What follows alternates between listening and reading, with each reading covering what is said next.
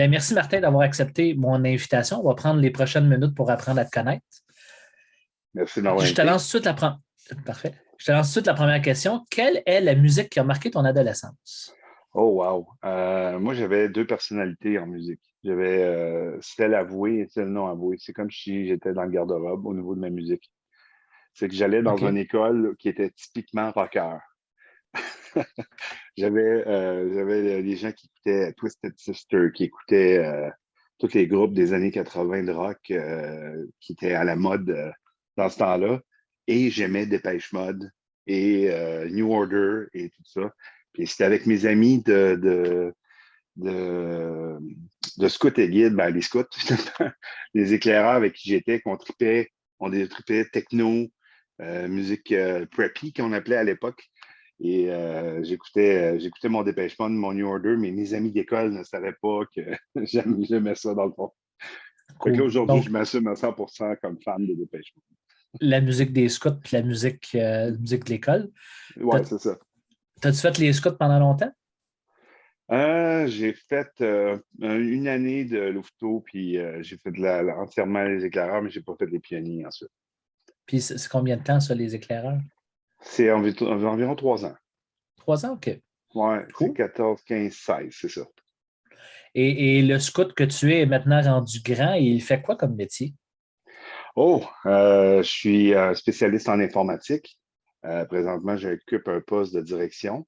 J'ai 16 employés sur moi et je m'occupe d'un data center à Beauharnois pour OVH Cloud. Et j'ai beaucoup de plaisir à réorganiser cette équipe-là. Il est un petit peu laissé comme un bateau sans ancre et je suis en train de ramener tout ça, puis j'ai beaucoup de fun à travailler avec eux.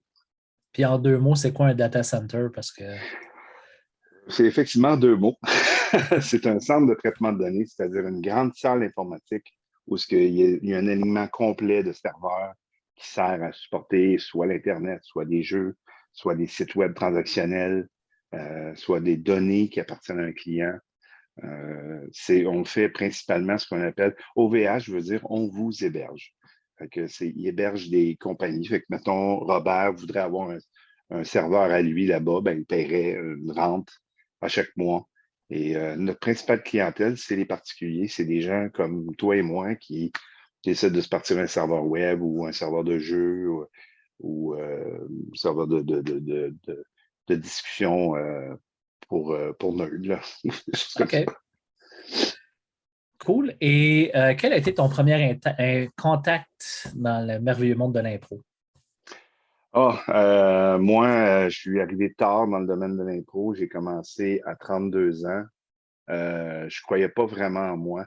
À l'âge de 14 ans, mes parents venaient de se divorcer, puis ma mère, elle restait, essayait de garder une certaine discipline avec moi, puis pour être capable d'écouter la LNI à Radio-Québec à l'époque, qui est devenue Télé-Québec avec le temps. J'étais dans mon lit, on avait un lit superposé pour moi et mon frère. Je couchais à l'étage du haut. Mon frère, lui, rentrait tard, était beaucoup plus vieux que moi.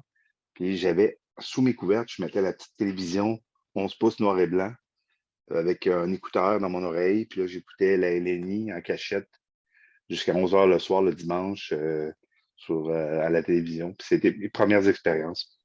À 17 ans, j'ai fait un match à mon école parce que je voulais expérimenter ça. Puis finalement, personne ne savait c'était quoi, c'était fait comment. Fait qu'on dit organise-le. J'ai fait des thèmes, je les ai écrits, je connaissais tous les thèmes, mais j'ai comme fondé deux équipes. Fait que c'était ça. C'était un match un peu plus organisé qu'improvisé, mais en tout cas. Un peu plus tard, vers 31 ans environ, j'ai eu une offre de faire le Père Noël pour les enfants. Puis j'ai écrit l'histoire au complet. Je me suis dit, je vais leur raconter de quoi. Je ne ferai pas le Père Noël plate qui est assis là puis qui prend sur ses genoux, donne des cadeaux. J'ai décidé que je racontais une histoire, puis j'ai vendu l'idée à ma compagnie. Est-ce que ça vous dérange que je raconte une histoire? Non, non, vas-y, anime, pas de problème. Puis j'ai raconté une histoire, puis ça s'est super bien déroulé, puis j'ai tripé de me mettre en scène. Puis là, c'est ça qui a fait la bascule. C'est that's it. J'ai besoin de ça. Je trouve ça, je me trouve vivant. J'aime la personne qui devient vivant lorsque je fais ça. Fait que l'année d'ensuite, je me suis présenté au camp d'entraînement de Boucherville et la LIB, la Vétuste LIB. Et c'est là que j'ai rencontré beaucoup de joueurs qu'on connaît en commun, là. Ça fait 18 saisons de ça.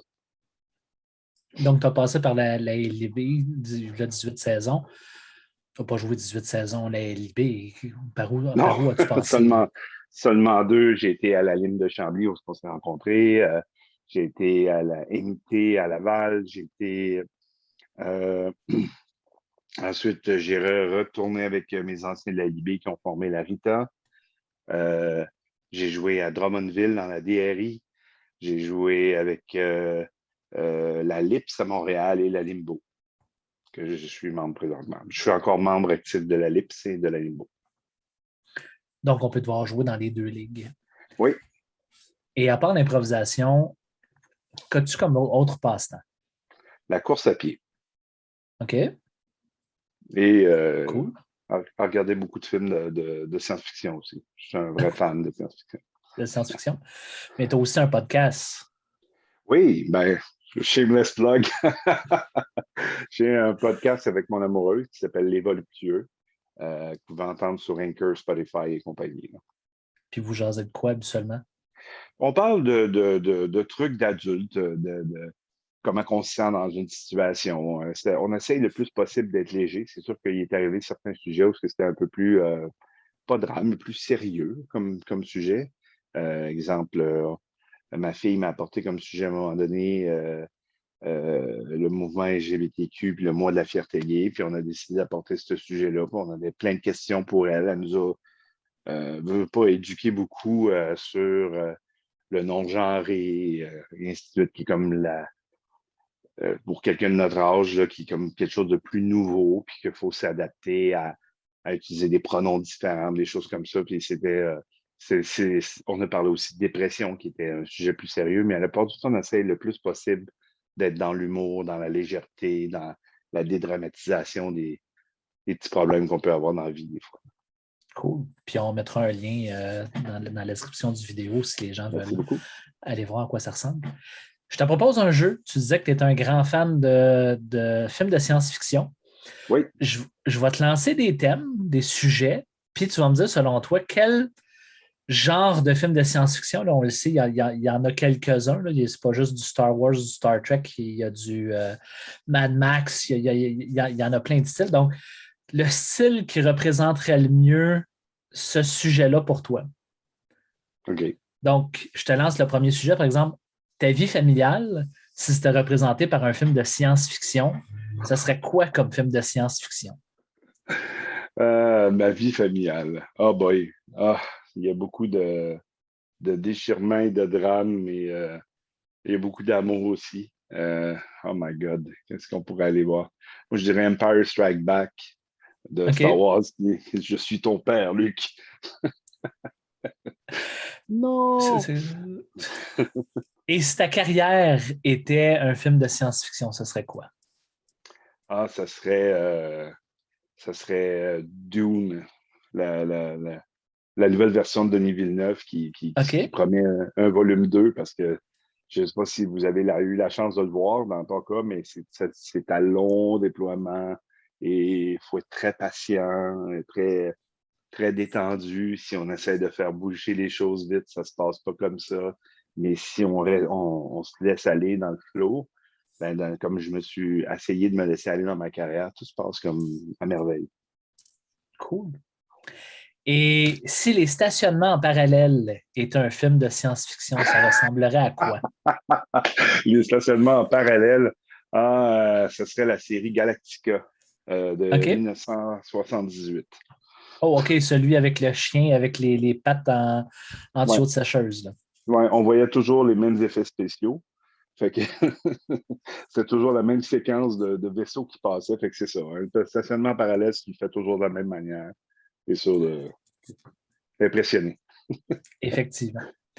Et les vacances, si pour toi les vacances est un film de science-fiction, ça ressemblerait à quoi? Qu'est-ce que je pourrais bien choisir? On peut-tu dire qu'Indiana Jones est de la science-fiction? Il m'arrive toujours de toutes sortes d'aventures en vacances. Fait que... Je pourrais pas dire, mais je l'accepte. Euh, Et finalement, si l'improvisation est un film de science-fiction, ça ressemblerait à quoi? Ah, ce serait Spaceballs, définitivement. OK.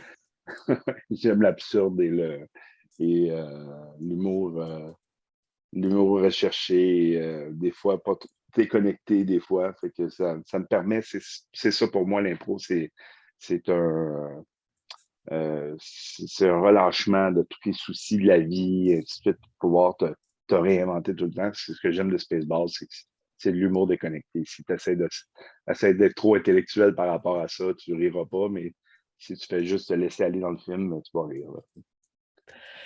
Et avec tes 18 années d'expérience, quel type d'improvisation aimes-tu jouer? Ah, j'aime beaucoup le style absurde. OK. Je sens que, tu sais, le Ionesco et compagnie, je sens que c'est facile pour moi. Tu sais, tu vas dans n'importe quelle direction. Les gens, c'est pas comme une portée musicale où ce que tu dis qu'après un la, il devrait avoir un do majeur ou ainsi de suite. Tu sais, tu t'en vas ailleurs où ce que les gens t'attendent pas. Tu les amènes dans un univers complètement disjoncté, puis ça fonctionne. Cool. Ben, encore merci, Martin, d'avoir accepté mon invitation. Merci Si on beaucoup. veut te voir jouer, on peut te voir jouer à la Lips, on peut te voir jouer aussi à la Limbo dans l'équipe des Bleus. Mhm. Et on peut suivre le calendrier sur leur page Facebook pour pouvoir aller te voir. Ben, encore Parfait. merci. Merci beaucoup.